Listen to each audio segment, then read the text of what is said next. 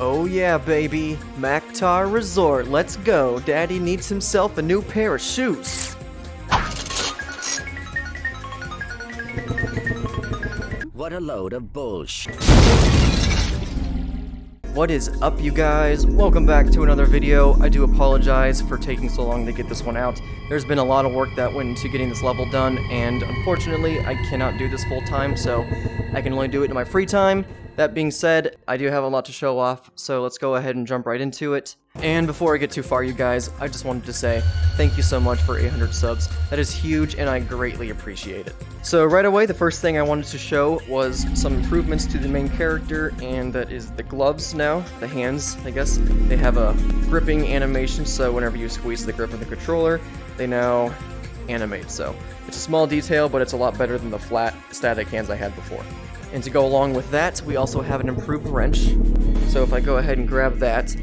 So with the wrench, in the actual game, whenever Ratchet swings it, it would extend and then it would retract again once the swing animation is finished. In order to accommodate that feature in my game, I went ahead and just made it so whenever you press a button on the controller, the wrench will extend. And if you press it again, it retracts. So extends and retracts as much as you possibly want. Giggity, giggity, giggity. And yeah, that's the new wrench. So, besides the character and the wrench, the rest of the changes are just going to be the level itself and then some small upgrades that I've made to the crates, for example. So, we'll go over all of that. Speaking of the banners, we have these pretty cool ones, and whenever they transition, you'll notice... I'm gonna kill Praxis! Ah! Man! Sorry guys, I cut myself on all that edge. We're gonna go ahead and make our way down the map here, and first thing you'll see, we now have blast crates. So this is the first planet in Going Commando that you see the blast crates, and they pretty much function the exact same way they do in the game. So we'll go ahead and bump into one. You'll hear the blast sounds, and then when it explodes, it actually blows up and it blows the stuff around it up too. So let's go test that out on a bigger clump of crates here. I'll just bump right into it. And yeah, you can see everything goes flying. And normally it would also trigger the other crates to explode. Right now it doesn't seem like they want to work, probably because I'm recording, but I promise most of the time they do. And it's really cool to watch a chain reaction go off when you're playing with the blast crates. So, lots of opportunity for all kinds of sandboxy fun with those. Sorry to tease you guys with this path, but we're actually going to go down the path to our right first, and then once we wrap around that, we'll come back this way, and I'll show you the arena. The arena itself is really cool because now you don't have to go through a loading screen or teleport to get inside the actual dome. There is now a path that I've cut in, so you walk right through a hallway into the arena, so it's fully seamless. We're gonna head this way now, towards the interior of the map. And there's a lot of really cool things I wanted to show you guys over here. This is relatively the same as Uzla. I don't have a tractor beam mechanic yet, so this, you just go ahead and push it out of your way, and you will see Flo, or the Flo bot. Maybe Woe bots, I'm not quite sure what she's saying, but I always thought she was saying Flo, so I'm just gonna call her the Flo bot. Anyway, we've got the Flo bot, and we've got the doors that will not let us walk through on our own. If we try, you will see they do not open, and unfortunately, Flo only moves in the game with the tractor beam, but she's nice enough to actually let us walk up to her in this game, pick her up, and clearance granted. Set her on the clearance granted pad. I'll go ahead and grab my wrench, and we can move through the level. Next up, right away, you will see the little floating bomb. So these little guys are pretty cool. If you've played the game, you know exactly how they function, and normally they're the same as the Flowbot, where you pick them up with the tractor beam. We don't have a tractor beam, so we're just going to use our hands. And I'm going to cheat, pull myself over with the swing shot, so I can let go. And show you guys the explosion that it creates will actually break the glass door. So now we can walk through and move on to the next level. But before we do that, we need to go back and grab our Flowbot, because we need her to get through both of these doors. And grab her. Don't worry guys, I know she looks scared and she's flailing around, but I promise you, we made an agreement. She agreed. This is completely fine. Don't worry about it. don't worry about it. You concerned about me?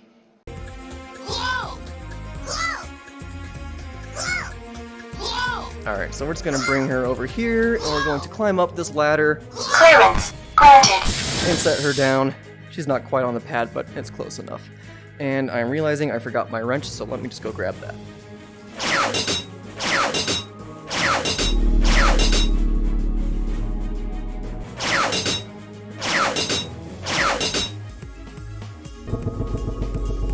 Alright, I got my wrench, and I suppose now is a good enough time to go ahead and show you guys the slot machines. So, I teased you with that little intro, but they do actually function, so if I give it a whack, it will randomly pick and choose, so I got a bolt the first time around. It's pretty cool. Let's see what happens if we hit it again. That time we got some ammo. Give her another whack. Oh. Looks like we didn't get so lucky that time.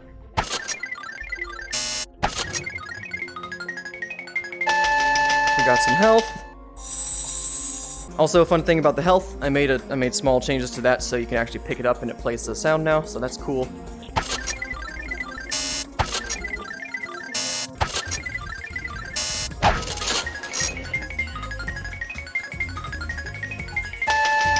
So you can see whenever you get a jackpot, it spawns a platinum bolt. Normally you get a skill point.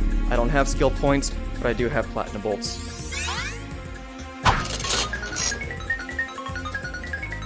Uh-oh. Alright, there you go. And whenever it's done, it explodes, it disappears, and that's that. It's gone. Could do the same thing with that one until there's no more on the planet. Alright, so this next section, we're going to head through another hallway. Nothing crazy. And we are approached with another glass door. So, if you played the game, you know about this area, so I will set my wrench down. We're going to navigate through this little platforming area. Try not to touch the electricity. Like the first two levels, I've tried to keep everything as accurate as possible, including sounds and all of that good stuff.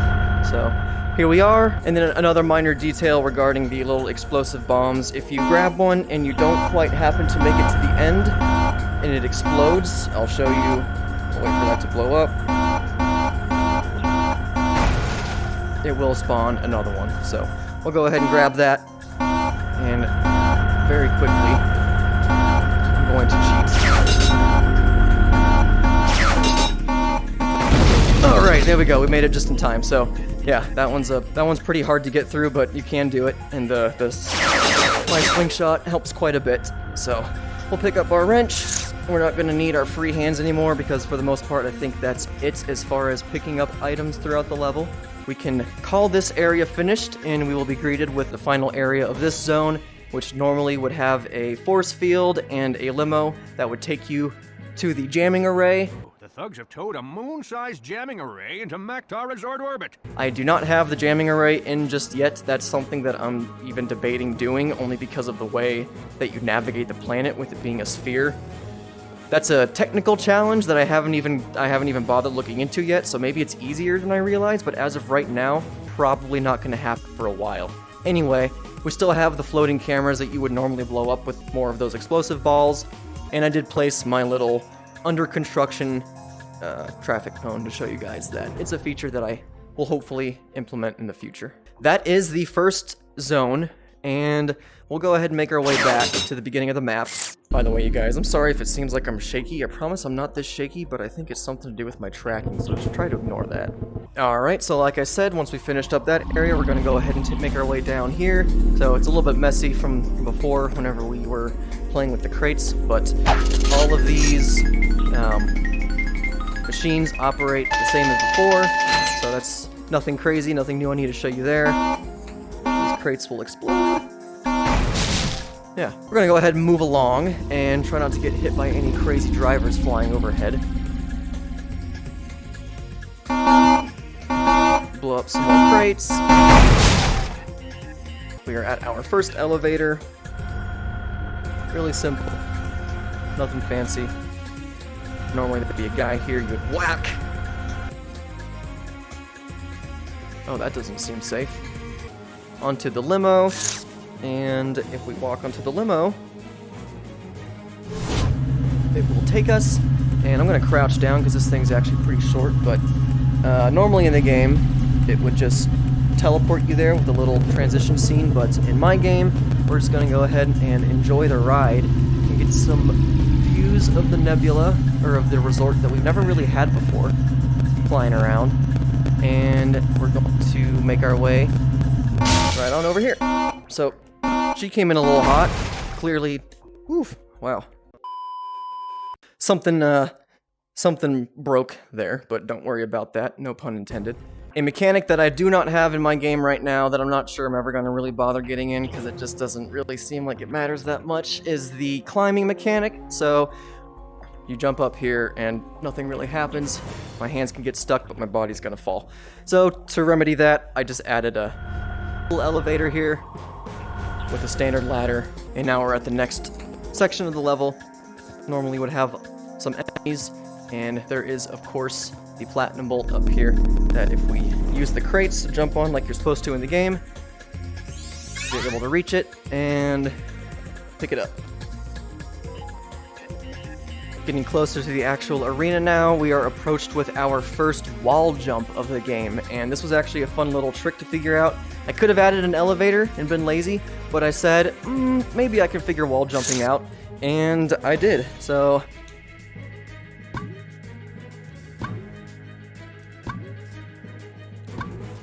try not to pop out of the map too much, but yeah, you can hop your way up, it plays the sound, and I left my wrench down there, so alright, got my wrench, and we can make our way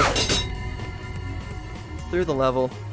Another area that would just have a whole bunch of goons to fight, some bolts to collect, and some gambling machines to ruin our lives with.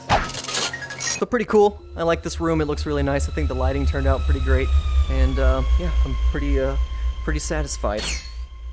We're almost at the arena now, and going through here, you will see just some more simple animations like the satellite thing spinning, more of the floating billboards with the hidden Jak and Daxters behind. And this is where you will notice your first significant change to the level. So in the normal game, you would approach this door, and you would be greeted with a press triangle to enter the arena button.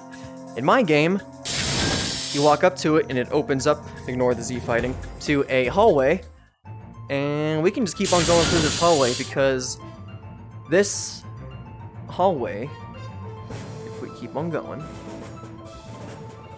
it's a bit of a short journey, will take us to an entrance, and if we go through this tubular entrance, you might already see where this is going, but right away, it's going to take us directly into the arena, where we will be greeted with a bustling crowd, as well as a couple of statues of our favorite gladiators, Chainblade, and the B2 Brawler. So I did try to get these guys animated, but clearly you can see that didn't work out too good for Chainblade. And as far as animating this guy, Mixamo doesn't work too well with non-humanoid characters, so he's gonna stay that way for the time being, but maybe in the future we'll do something with him. But so yeah, that's pretty much it for the Megacorp Games arena. We've got our two favorite gladiators here and some pretty nice lighting. I do think in the future, whenever I start playing around with enemies and AI and that kind of thing, very far down into the future, mind you, this will be a really fun area to start to play around with, you know, enemy combat. Something to look forward to. Alright, you guys, I think that just about does it for this video. Thank you guys so much for watching. I've had a lot of fun with this one. This is definitely my favorite level that I've done so far. I think as far as actual gameplay mechanics and features goes, this one is the most fleshed out and by far the most satisfying to play. So, anyway, with that, thank you guys for watching. Don't forget to subscribe if you want to see more content like this. I love all your guys' comments in this community. You're fantastic. Let's keep it growing. I love doing this. So, but yeah, until then, I'm going to keep working on these things, and I will catch you guys in the next video. See ya.